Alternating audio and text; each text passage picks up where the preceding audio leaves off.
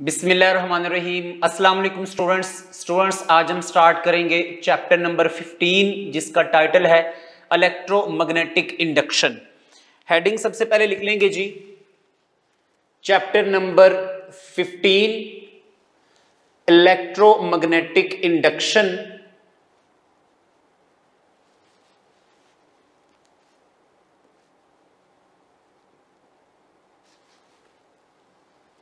Electromagnetic induction के बारे में अगर हम बात करें तो जब भी हम किसी कंडक्टर को मैग्नेटिक फील्ड में मूव करवाते हैं तो उस कंडक्टर में एक ईएमएफ प्रोड्यूस हो जाती है।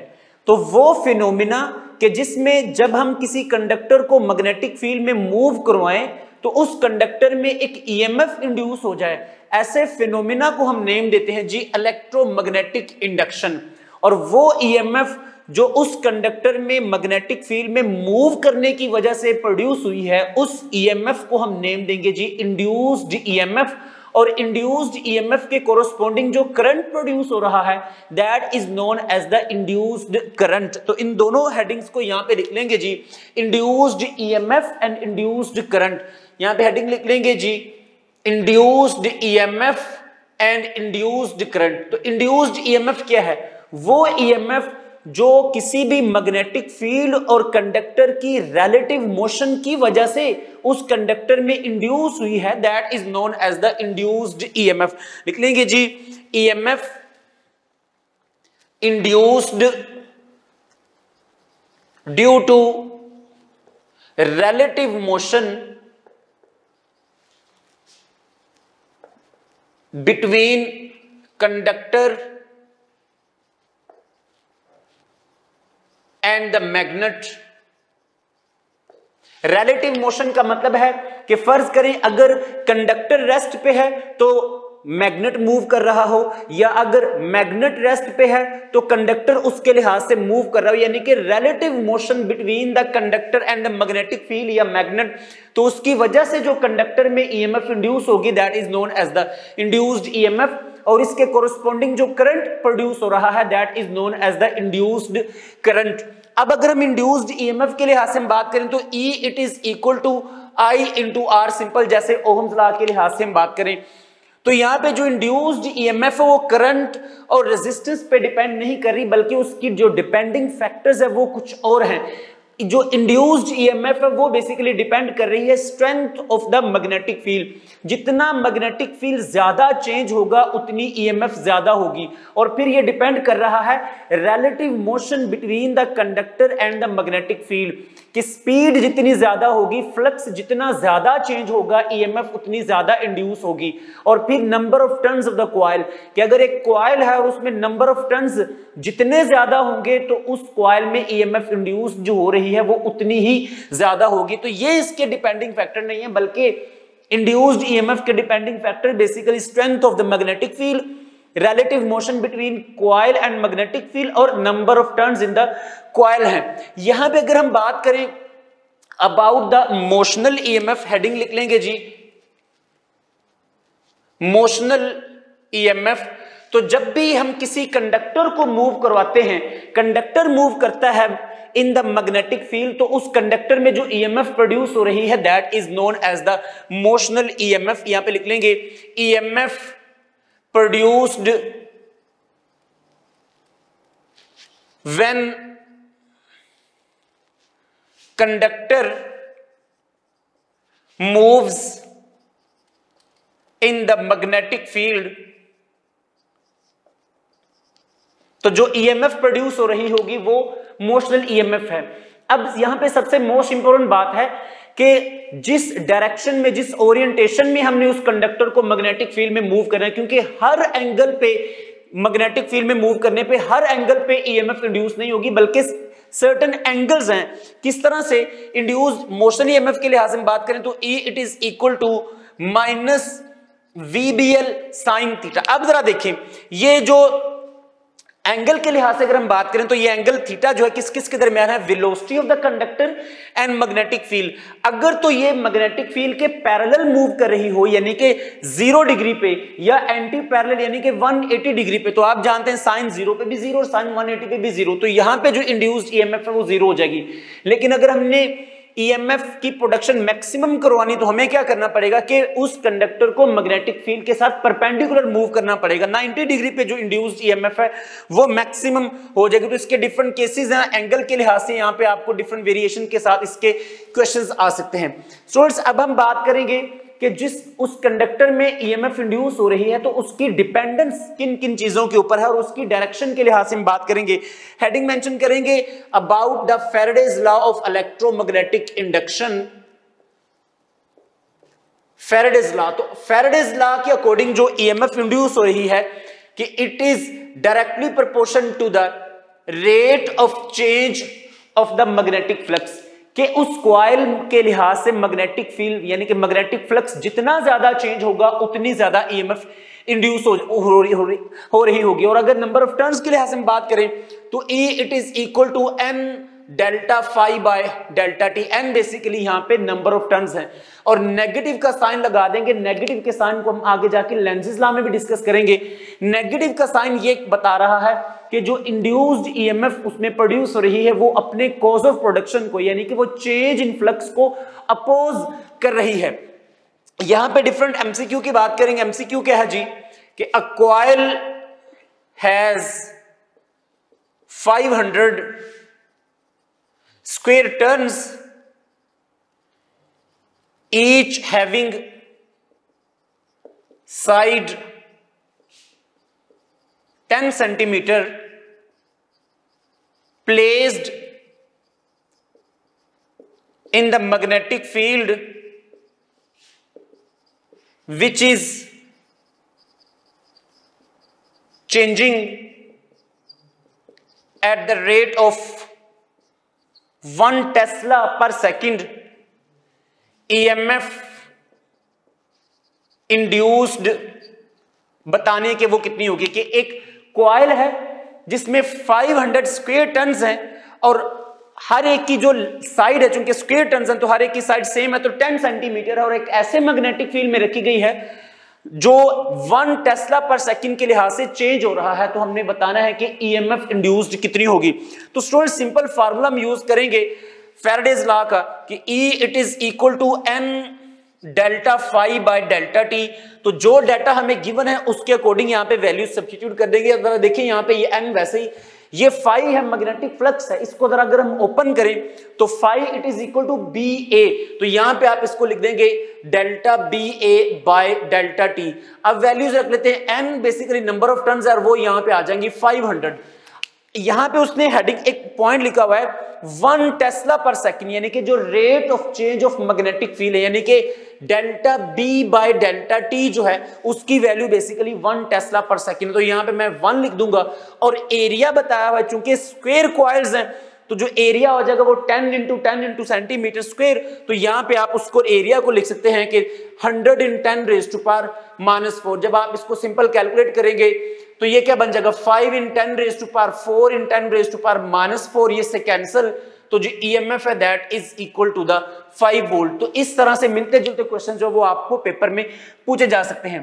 यहां पे हम बात करेंगे कि लेंज़ेस लॉ बेसिकली हमें क्या बता रहा है डायरेक्शन के बारे में।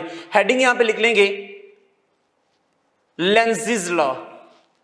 सोर्स आप जानते हैं कि according to the Faraday's law of electromagnetic induction जो E it is equal to -n delta phi by delta T.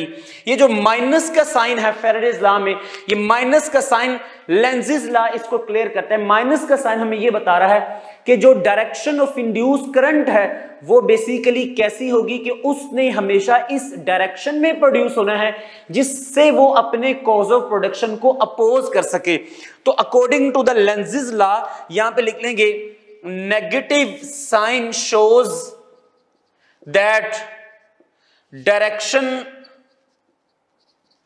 of induced current will be such so as to oppose the cause of its production। अब अगर हम बात करें कि induce current का cause of production क्या, तो induce current produce हुआ है due to the induced EMF. और इंड्यूस्ड ईएमएफ क्यों प्रोड्यूस हुई है, due to the change in the flux. जब भी फ्लक्स चेंज होगा तो ईएमएफ इंड्यूस होगी, ईएमएफ इंड्यूस होगी तो करंट इंड्यूस होगा। अब इसके डिफरेंट केसेस के लिहाज से यहां पे हम बात कर लेते हैं बाय टेकिंग द एमसीक्यू। पे एमसीक्यू इस तरह से कि फर्ज करें एक बार मैग्नेट है, इसके ये पोल्स यहां पे शो कर लेते हैं, ये साउथ पोल है और ये नॉर्थ पोल है, और ये बार मैग्नेट वर्टिकली डाउनवर्ड इस तरह से नीचे गिर रहा है। ये मैं डायरेक्शन शो कर देता हूं कि वर्टिकली नीचे गिर रहा है और ये एक रिंग के ऊपर गिर रहा है, यानी कि रिंग जो है वो नीचे है और बार मैग्नेट इस तरह से ऊपर, इस तरह से नीचे गिर रहा है ऊपर से। और ये रिंग है बेसिकली यहां पे हॉरिजॉन्टली इस तरह से पड़ी हुई, बिल्कुल ऐसे जैसे ये रिंग है और ये बार मैग्नेट ऊपर से आ रहा है। ऑब्वियसली जब बार मैग्नेट इसके करीब आएगा तो रिंग के लिहाज से रिंग में इस मैग्नेटिक फ्लक्स चेंज होगा, मैग्नेटिक फ्लक्स चेंज होगा, ईएमएफ इंड्यूस होगी, ईएमएफ इंड्यूस होगी तो करंट इंड्यूस होगा। तो जो करंट इंड्यूस हो रहा है इस रिंग में, हमने उस करंट की डायरेक्शन बतानी है। तो यहां पे मैं लिख दूंगा कि डायरेक्शन ऑफ इंड्यूस्ड करंट, कि इंड्यूस्ड करंट की डायरेक्शन क्या है। अब यहां पे सबसे पहले बात कर लेंगे कि डायरेक्शन हमने निकालनी कैसे। तो याद रखिएगा स्टूडेंट्स, डायरेक्शन निकालने के लिए हम राइट हैंड रूल यूज करेंगे। यहां पे मैं पहले लिख लेता हूं कि डायरेक्शन के लिए राइट हैंड रूल यूज करेंगे, राइट हैंड रूल। और राइट हैंड रूल के अकॉर्डिंग बेसिकली क्या है कि जो थंब है, थंब शो करेगा नॉर्थ पोल को। यहां पे सबसे पहले लिखेंगे थंब शो करेगा नॉर्थ पोल को, और कर्लिंग फिंगर जो है वो क्लॉकवाइज हो या एंटी क्लॉकवाइज हो, कर्लिंग फिंगर हमें शो करेंगी direction of the induced current. Curling finger of the right hand वो शो करेंगी direction of the induced current I. अब यहां पे अगर हम देखें कि ये मैग्नेट नीचे आ रहा है, तो चूंकि इसका जो नॉर्थ पोल है वो सामने आ रहा है, तो अभी हमने डिस्कस किया है कि जो इंड्यूस करंट होगा वो अपने कॉज ऑफ प्रोडक्शन को अपोज करेगा। तो अब ये नॉर्थ पोल अप्रोच कर रहा है तो ऑब्वियसली फ्लक्स चेंज होगा, ईएमएफ इंड्यूस होगी, तो उसने अपने कॉज ऑफ प्रोडक्शन को अपोज करना है। अब कॉज ऑफ प्रोडक्शन क्या है, इसका करीब आना है, मैग्नेट का करीब आना बेसिकली कॉज ऑफ प्रोडक्शन है। तो अब ये कॉइल क्या करेगी, कॉइल उसके कॉज ऑफ प्रोडक्शन को अपोज करेगी, यानी कि जो कॉइल में करंट प्रोड्यूस हो रहा है वो इसके कॉज ऑफ प्रोडक्शन को अपोज करेगा। और अपोज करने के लिए यहां पे कॉइल के इस वाले हिस्से पे नॉर्थ पोल बन जाएगा और यहां पे साउथ पोल बन जाएगा, क्योंकि नॉर्थ ने नॉर्थ को रिपेल करना है। क्यों रिपेल करेगा, क्योंकि कॉज ऑफ प्रोडक्शन को अपोज करना है। अब देखें नॉर्थ यहां ऊपर बन गया है, साउथ यहां नीचे बन गया, तो हमने क्या करना है, थंब बेसिकली नॉर्थ पोल को शो करेगा। जिस तरफ नॉर्थ होगा थंब उसी तरफ कर लेंगे। देखें अगर आप व्हाइट बोर्ड के लिहाज से देखें तो यहां पे नॉर्थ ऊपर की तरफ है, तो यहां पे नॉर्थ की तरफ थंब कर देंगे और अपनी फिंगर्स को कर्ल करेंगे, राइट हैंड की फिंगर्स को थंब ऊपर करके। तो जिस तरफ फिंगर्स कर्ल करेंगी राइट हैंड की उसी डायरेक्शन में इंड्यूस करंट होगा। तो यहां पे जो फिंगर कर्ल करें ये बेसिकली एंटी क्लॉकवाइज है। तो यहां पे लिख लेंगे इस क्वेश्चन के सॉल्यूशन में कि जो इंड्यूस्ड करंट होगा that would be in the anti clockwise direction. तो यहां पे आप सारी चीजों को इस रूल के जरिए डायरेक्शन जो है वो आप आसानी से डिटरमिन कर सकते हैं। स्टूडेंट्स स्टार्ट करेंगे next topic that is about the mutual induction. हम डिस्कस करेंगे कि म्यूचुअल इंडक्शन क्या है और म्यूचुअल इंडक्शन किसी कॉइल के लिहाज से अगर हमने उसको डिस्कस करना हो तो जो उसका कांस्टेंट बनता है जिसे हम म्यूचुअल इंडक्टेंस कहते हैं उसका रिलेशन किस तरह से हम डिस्कस करेंगे। सबसे पहले हेडिंग मेंशन कर लेंगे जी, म्यूचुअल इंडक्शन। म्यूचुअल इंडक्शन क्या है स्टूडेंट्स, इसको डायग्राम से डिस्कस करेंगे। फर्ज करें हमारे पास कोई एक कॉइल है जिसको किसी ईएमएफ सोर्स के साथ यहां पे कनेक्ट किया गया है और इस कॉइल के साथ ही एक और कॉइल रखी हुई है और इस कॉइल को एक गैल्वानोमीटर के साथ अटैच किया गया है। गैल्वानोमीटर इसलिए अटैच किया गया है ताकि जब भी इस कॉइल में करंट प्रोड्यूस हो तो हमें इस मीटर की जो नीडल है उसकी डिफ्लेक्शन जब शो होगी तो आइडिया हो जाएगा कि यहां पे करंट प्रोड्यूस हो रहा है। अब देखिए, अगर इस कॉइल का करंट जो है हम उसको वेरी करें, करंट चेंज करें, तो ऑब्वियसली इस कॉइल का करंट चेंज करेंगे तो इस कॉइल में जो इसकी सराउंडिंग में जो मैग्नेटिक फील्ड है वो भी चेंज होगा। अब मैग्नेटिक फील्ड चेंज होगा तो मैग्नेटिक फ्लक्स भी चेंज होगा। अब मैग्नेटिक फील्ड लाइंस को अगर मैं यहां पे इस तरह से शो करूं तो अब देखिए, यहां पे अगर इस कॉइल का करंट चेंज करेंगे तो मैग्नेटिक फील्ड चेंज होगा, मैग्नेटिक फ्लक्स चेंज होगा।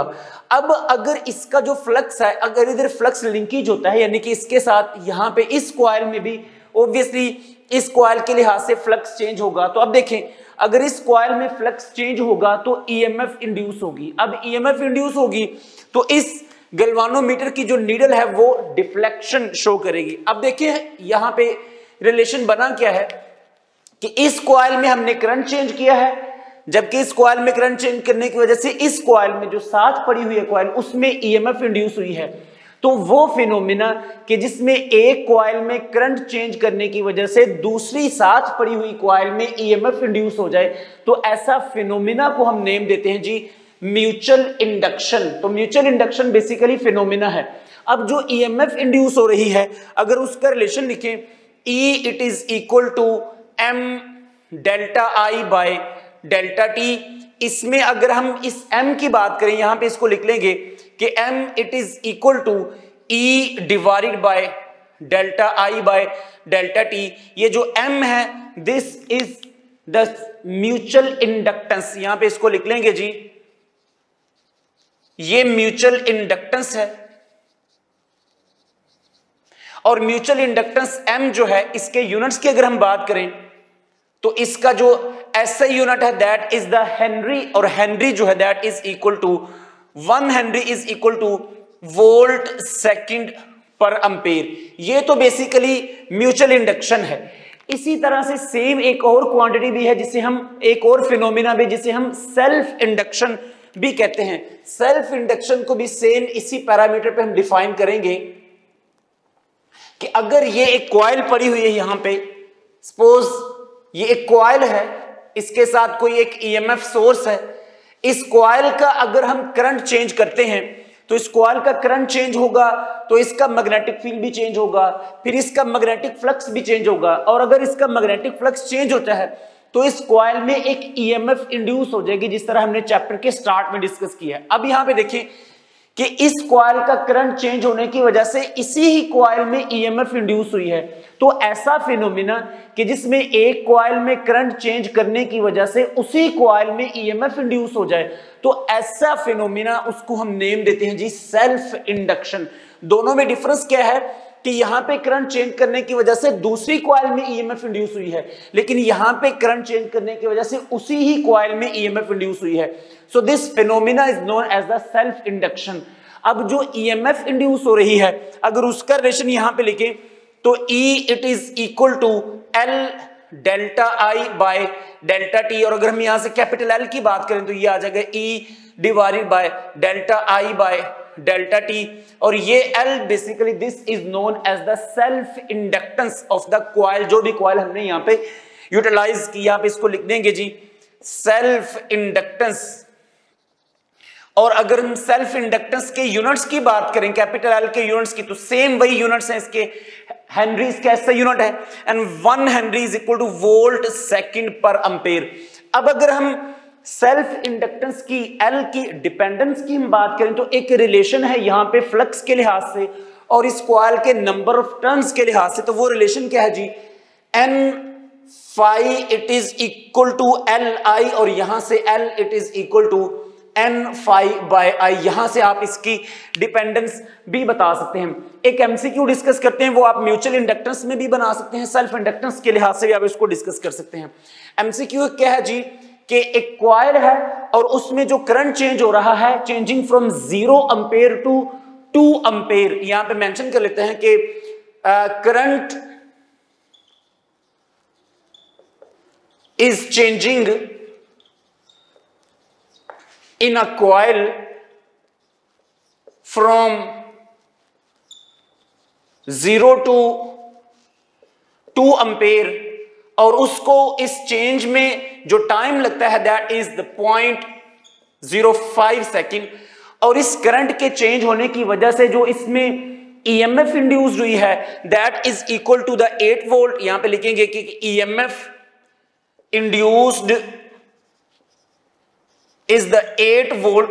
तो हमने बताना है कि इस कॉइल की सेल्फ इंडक्टेंस कितनी है, यहां पे लिख देंगे इसको कि सेल्फ इंडक्टेंस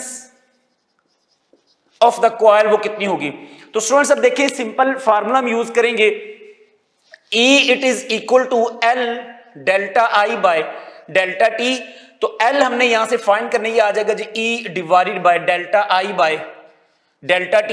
सिंपल यहां पे आप वैल्यूज रख देंगे, जो EMF है that is equal to 8 ampere, और चेंज इन करंट चेंज हो रहा है फ्रॉम 0 टू 2 एम्पेयर। तो फाइनल माइनस इनिशियल करेंगे तो change in current will be equal to 2, और जो टाइम है दैट इज इक्वल टू 0.05। इसको सिंपल सॉल्व कर लेंगे, इसको आप ऊपर ले जाएं, मल्टीप्लाई और डिवाइड करें तो जो फाइनल बनेगा answer that is equal to the 2 henry के इस कॉइल की जो सेल्फ इंडक्टेंस है that is equal to the 2 henry. Students अब नेक्स्ट हम बात करेंगे कि एक डिवाइस है जिसे हम नेम देते हैं इंडक्टर। तो इंडक्टर में जो एनर्जी स्टोर्ड है उसका रिलेशन हमने बताना है, energy stored in an inductor. Inductor basically एक डिवाइस है जिसमें एनर्जी स्टोर्ड होती है in the magnetic field of the coil या in the magnetic field of the inductor. तो यहां पे मेंशन कर लेते हैं कि inductor is the device in which energy is stored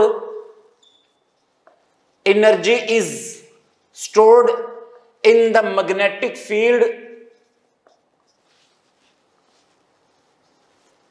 of the inductor। Comparison में अगर हम यहां पे बात करें चैप्टर नंबर 12 में आपने कैपेसिटर पढ़ा था, तो कैपेसिटर के लिहाज से जो एनर्जी स्टोर होती है वो इलेक्ट्रिक फील्ड में स्टोर होती है, जबकि इंडक्टर के लिहाज से देखें तो इंडक्टर में जो एनर्जी स्टोर होती है वो मैग्नेटिक फील्ड में स्टोर होती है। अब अगर हम बात करें कोई एक कॉइल है जिसको हमने किसी ईएमएफ सोर्स के साथ अटैच किया हुआ है, तो बैटरी जो चार्ज के ऊपर वर्क कर रही है, अगर हम उस वर्क की बात करें तो work done by the battery on the charge, वो वर्क बेसिकली बन जाएगा delta Q into EL basically inductor का जो वोल्टेज है उसको यहाँ पे रिप्रेजेंट कर रहा है। और अगर हम एनर्जी की बात करें, वर्क की बात करें, एनर्जी की बात करें, वो एनर्जी जो इंडक्टर में स्टोर हो रही है that is equal to half LI²। Students यहां से इस रिलेशन से हम सेल्फ इंडक्टेंस ऑफ सोलेनॉइड जो कि इंडक्टर की फॉर्मेशन में है, हम सेल्फ इंडक्टेंस भी कैलकुलेट कर सकते हैं। यहां पे उसका रिलेशन लिख सकते हैं कि self inductance of the solenoid, तो उसका रिलेशन है L it is equal to mu naught N² AL।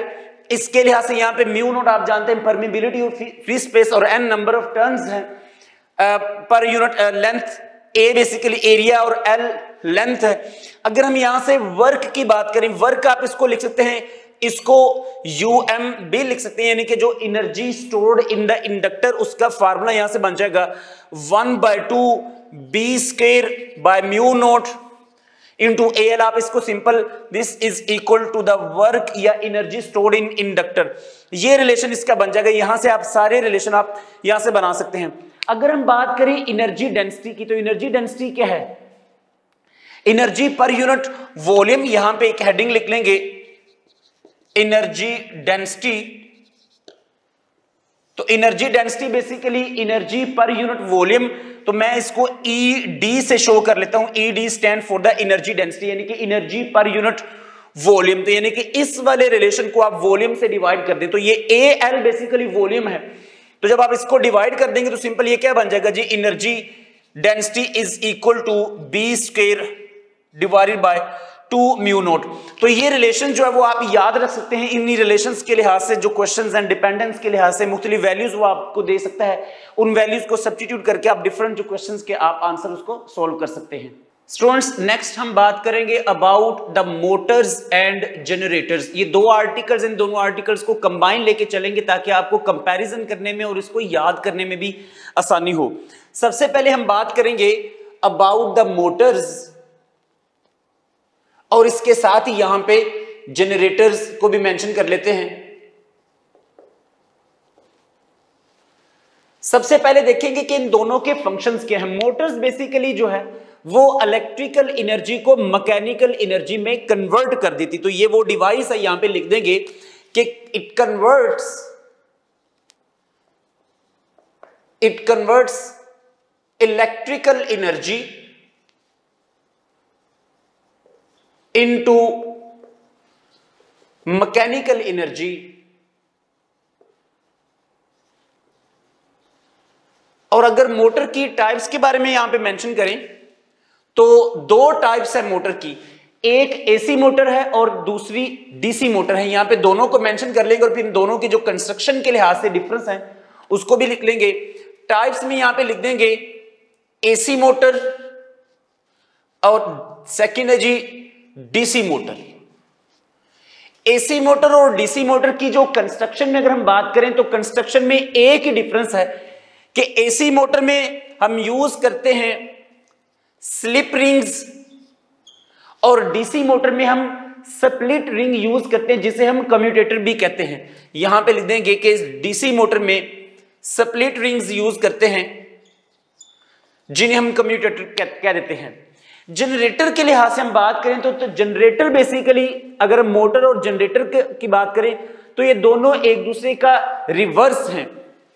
जिस तरह से मोटर जो है वो इलेक्ट्रिकल एनर्जी को मैकेनिकल एनर्जी में कन्वर्ट करती है, इसी तरह से जो जनरेटर है वो मैकेनिकल एनर्जी को इलेक्ट्रिकल एनर्जी में कन्वर्ट कर देगा, यानी कि मोटर और जनरेटर एक दूसरे का रेसिप्रोकल, एक दूसरे का रिवर्स है। तो यहां पे लिखेंगे कि जो जनरेटर जो है it converts mechanical energy into electrical energy. इस तरह से इसकी भी दो टाइप्स हैं, दोनों को यहां पे मेंशन कर लेंगे। एक यहां पे है जी एसी जनरेटर और सेकंड जो इसकी टाइप है that is known as the DC generator.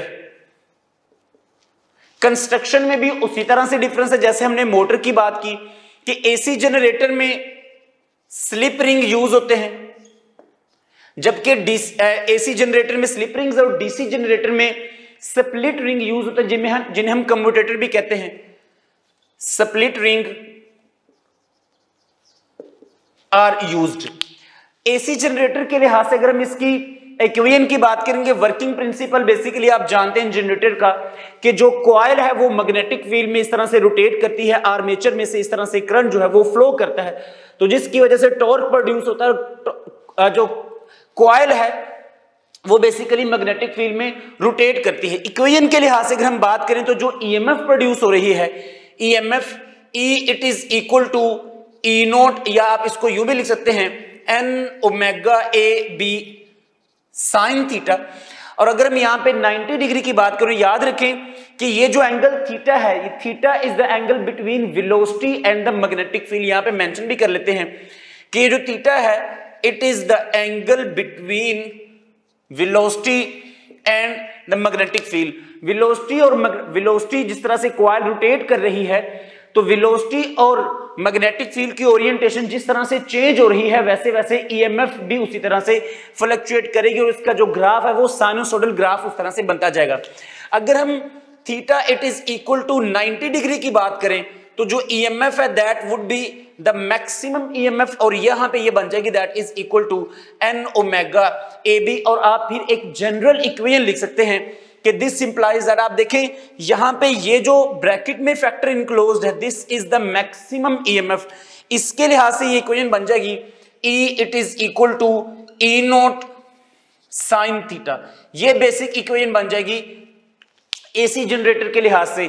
यहां पे डिफरेंट वैल्यूज और ये वे भी सेम उसी तरह से, ये जो एंगल थीटा है between the velocity and the magnetic field, ये वेलोसिटी और मैग्नेटिक फील्ड के दरमियान एंगल है। डिफरेंट एंगल्स पे 0 डिग्री पे, 30 पे, 45 पे, 60 पे, 90 पे, 180 डिग्री पे, डिफरेंट एंगल्स पे आप इसकी वैल्यूज को सब्स्टिट्यूट करके आप उसके रिलेशन भी बना सकते हैं, इसकी रेशो भी बना सकते हैं। और जो इसकी कर्व बनेगी, जो इसकी ट्रेस बनेगी, मैं इसके नीचे बना लेता हूं इसी जनरेटर के लिहाज से, तो जो इसकी ट्रेस बनेगी कर्व बनेगी वो कुछ इस तरह से है। With respect to the time भी आप बना सकते हैं कि ये यहां पे वोल्टेज है वाई एक्सिस पे और एक्स एक्सिस पे टाइम है। आप एंगल के लिहाज से भी बना सकते हैं, ये यहां पे ये 0, यहां पे ये π/2 90 डिग्री और यहां पे ये पाई 180 डिग्री और यहां पे ये 3π/2 270 डिग्री और यहां पे ये 2π आ जाएगा, that is equal to the 360 degree. तो आप इसकी साइनोसॉइडल कर्व भी आप इसको यहां में बना सकते हैं। स्टूडेंट्स हम यहां बात करेंगे कि एक बैक ईएमएफ इफेक्ट प्रोड्यूस होता है मोटर्स के लिहाज से भी और जनरेटर्स के लिहाज से भी। तो बैक ईएमएफ यहां पे मेंशन करेंगे। बैक ईएमएफ क्या है कि जब भी किसी मोटर को आप पोटेंशियल डिफरेंस अप्लाई करके उसको रोटेट करवाते हैं मैग्नेटिक फील्ड में, तो उस मोटर की कॉइल में एक ईएमएफ इंड्यूस हो जाती है और वो जो इंड्यूस्ड ईएमएफ है बेसिकली वो अप्लाइड पोटेंशियल डिफरेंस के अगेंस्ट डायरेक्शन में है। तो वो जो इंड्यूस्ड ईएमएफ बनी है उस इंड्यूस्ड ईएमएफ को हम नेम देते हैं जी बैक ईएमएफ। यहां पे मेंशन भी कर सकते हैं कि EMF induced in the coil of the motor rotating in the magnetic field। और ये बेसिकली जो इंड्यूस्ड ईएमएफ है ये अप्लाइड ईएमएफ को, अप्लाइड वोल्टेज को अपोज करेगी। इंड्यूस्ड ईएमएफ, इंड्यूस को आप या बैक ईएमएफ को ई से भी शो कर सकते हैं और अप्लाइड पोटेंशियल डिफरेंस को वी लिख सकते हैं। अब अगर हम बात करें इस सिनेरियो में नेट ईएमएफ लिखें तो net EMF it would be equal to ये अप्लाइड वोल्टेज माइनस यहां पे ये उसका रिलेशन आ जाएगा। और यहां पे आप इसको यूं भी ले सकते हैं कि ईएमएफ, ये जो अप्लाइड वोल्टेज है that is equal to EMF plus I into R. R basically उस कॉइल की रेजिस्टेंस के लिहाज से है। अगर हम बैक ईएमएफ की बात करें तो बैक ईएमएफ का मोटर की स्पीड के साथ भी रिलेशन है। जैसे जैसे मोटर की स्पीड इंक्रीज होती जाएगी वैसे वैसे बैक ईएमएफ भी इंक्रीज होती जाएगी।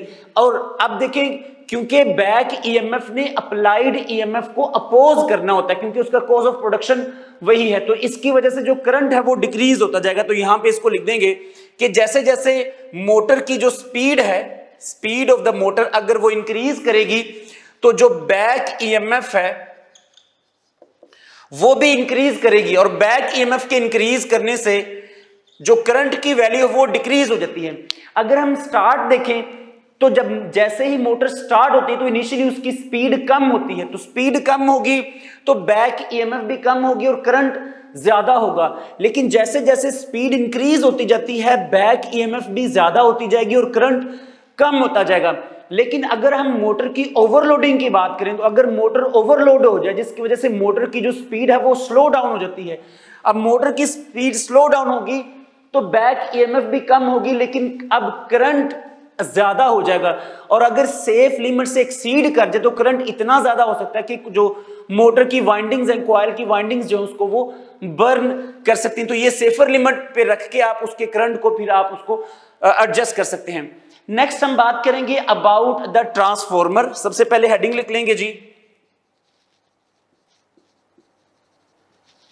ट्रांसफॉर्मर क्या डिवाइस, कौन सी डिवाइस है जो गिवन ऑल्टरनेटिंग ईएमएफ को कन्वर्ट कर देती है इनटू लार्जर और द स्मॉलर ऑल्टरनेटिंग ईएमएफ। तो डेफिनेशन लिख लेंगे जी device which converts given alternating EMF into larger or the smaller alternating EMF। अगर हम इसकी कंस्ट्रक्शन की बात करें तो इसकी कंस्ट्रक्शन में दो मेजर पार्ट हैं, एक प्राइमरी कॉइल है और एक सेकेंडरी कॉइल है जो कि आयरन कोर के ऊपर हमने उसको रैप किया हुआ है। कंस्ट्रक्शन में यहां पे उसको डिस्कस कर लेंगे कि ये फर्ज करें यहां पे आयरन कोर है और इस आयरन कोर के ऊपर यहां पे प्राइमरी कॉइल भी और सेकेंडरी कॉइल भी। यहां पे this is the primary coil और प्राइमरी कॉइल के अक्रॉस जो वोल्टेज अप्लाई किए हुए हैं it is known as the VP यानी कि प्राइमरी वोल्टेज और सेकेंडरी वोल्टेज जहां से हमने आउटपुट लेनी है, इनपुट प्राइमरी से और आउटपुट जो है वो सेकेंडरी से, तो सेकेंडरी के क्रॉस जो voltage and that are known as the VS, यानी कि सेकेंडरी वोल्टेज। यहां से इनपुट है और यहां से आउटपुट ऑब्टेन करेंगे और ये बेसिकली आयरन कोर है। और एक और बात याद रखनी है कि प्राइमरी और सेकेंडरी कॉइल, इनका आपस में कोई भी इलेक्ट्रिकल कनेक्शन नहीं है, they are linked magnetically linked है, इनका आपस में इलेक्ट्रिकल कनेक्शन नहीं है।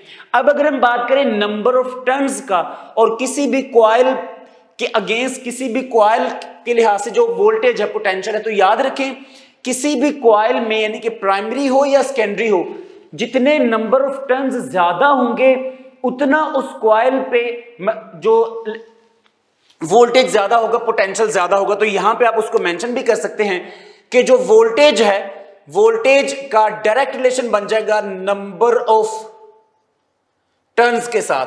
नंबर ऑफ टर्न्स जितने ज्यादा होंगे उस कॉइल के अक्रॉस, पोटेंशियल उतना ही ज्यादा हो जाएगा। अब अगर हम इसकी टाइप्स की बात करें ट्रांसफॉर्मर की, तो दो टाइप्स बनती हैं, एक स्टेप अप है और एक स्टेप डाउन है। स्टेप अप क्या है?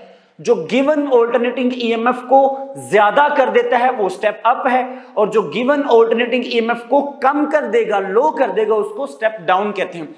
तो अगर हम स्टेप अप और स्टेप डाउन के लिहाज से नंबर ऑफ टर्न्स और पोटेंशियल और करंट के लिहाज से हम बात करें, तो यहां पे एक हेडिंग लिख लेंगे जी कि स्टेप अप में, स्टेप अप ट्रांसफॉर्मर में, चूंकि हमने स्टेप अप हो या स्टेप डाउन हो, जो इनपुट है वो प्राइमरी और जो आउटपुट है वो सेकेंडरी से ऑब्टेन करनी होती है। तो स्टेप अप के लिहाज से अगर हम यहां पे डिस्कस करें कि इसमें जो NS है that is greater than NP, यानी कि सेकेंडरी के क्रॉस नंबर ऑफ टर्न ज्यादा है as compared to the primary. तो अगर सेकेंडरी के क्रॉस, सेकेंडरी के नंबर ऑफ टर्न ज्यादा है तो सेकेंडरी का क्रॉस पोटेंशियल भी ज्यादा होगा, यानी कि VS is greater than VP। लेकिन ट्रांसफॉर्मर के केस में करंट का और पोटेंशियल का यहां पे इनवर्स रिलेशन है। अगर सेकेंडरी के अक्रॉस पोटेंशियल ज्यादा है तो सेकेंडरी में करंट की वैल्यू कम होगी। तो यहां पे आप लिख देंगे कि IS is less than the IP। इसी तरह से अगर हम बात करें स्टेप डाउन ट्रांसफॉर्मर की, तो बिल्कुल इसका रेसिप्रोकल बना लेंगे।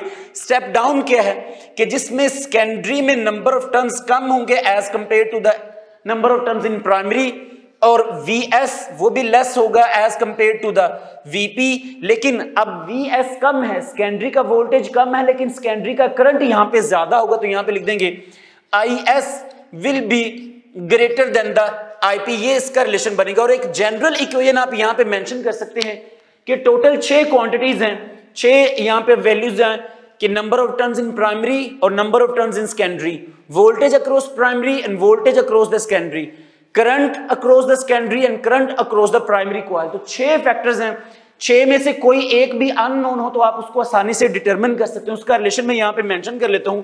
ये इंपॉर्टेंट इक्वेशन है, यहां से आप उसको बना सकते हैं कि NS by NP it is equal to VS by VP is equal to IP by IS। आप किसी दो इक्वेशंस का आपस में भी कंपैरिजन कर सकते हैं, नंबर ऑफ टर्न्स का वोल्टेज के साथ और वोल्टेज का करंट के साथ, या नंबर ऑफ टर्न्स का करंट के साथ। जैसे ये बना सकते हैं कि NS by NP is equal to IP by IS। जितने भी क्वेश्चंस होंगे इसी से रिलेटेड होंगे, आपको वैल्यूज जो गिवन होंगी आप वहां पे इसको सब्स्टिट्यूट भी कर सकते हैं। स्टूडेंट्स हम बात करें कि अगर आइडियल ट्रांसफॉर्मर हो, तो आइडियल ट्रांसफॉर्मर क्या है कि जिसमें इनपुट पावर और आउटपुट पावर दोनों इक्वल हो जाती हैं। तो यहां पे उसको मेंशन कर लेंगे कि आइडियल ट्रांसफॉर्मर या आइडियल केस जो है ट्रांसफॉर्मर का, इसमें पावर आउटपुट और पावर इनपुट दोनों इक्वल है। यहां पे इसको लिख देंगे कि power output is equal to the power input. लेकिन अगर हम जनरल बात करें, जो आम डेली लाइफ में ट्रांसफॉर्मर यूज हो रहे हैं, तो वो चूंकि फ्रिक्शन की वजह से भी और हीट की वजह से, हिस्टैरिसीस लॉस की वजह से, रेजिस्टेंस ज्यादा होने की वजह से जो पावर आउटपुट है वो लेस हो जाती है as compared to the power input. यहां पे उसको जनरल लिख देंगे कि इन जनरल केस के जो पावर आउटपुट है that is less than the power input. और इस पावर लॉस की वजह क्या है? रेजिस्टेंस ऑफ द कॉइल है, हिस्टैरिसीस लॉस है, क्योंकि अगर सॉफ्ट आयरन कोर यूज करेंगे तो वो जल्दी मैग्नेटाइज हो जाती हैं, जल्दी डीमैग्नेटाइज हो जाती हैं। लेकिन अगर hysteresis loss, hysteresis loop area ज्यादा होगा तो वो जो कॉइल है वो देर से मैग्नेटाइज होंगे और देर से ही डीमैग्नेटाइज होंगे, तो जो पावर का लॉस भी होगा। इसी तरह से एफिशिएंसी, अगर हमने ट्रांसफार्मर की निकालनी हो तो एफिशिएंसी निकालने का सिंपल सा रिलेशन आप जानते हैं, हमने शुरू से भी डिस्कस किया हुआ है कि अगर हमने ट्रांसफार्मर की एफिशिएंसी निकालनी है तो power output divided by power input, और अगर परसेंटेज निकालनी है तो power output divided by power input multiply by the 100। तो ये वाला रिलेशन आप यूज करके उसकी एफिशिएंसी भी निकाल सकते हैं।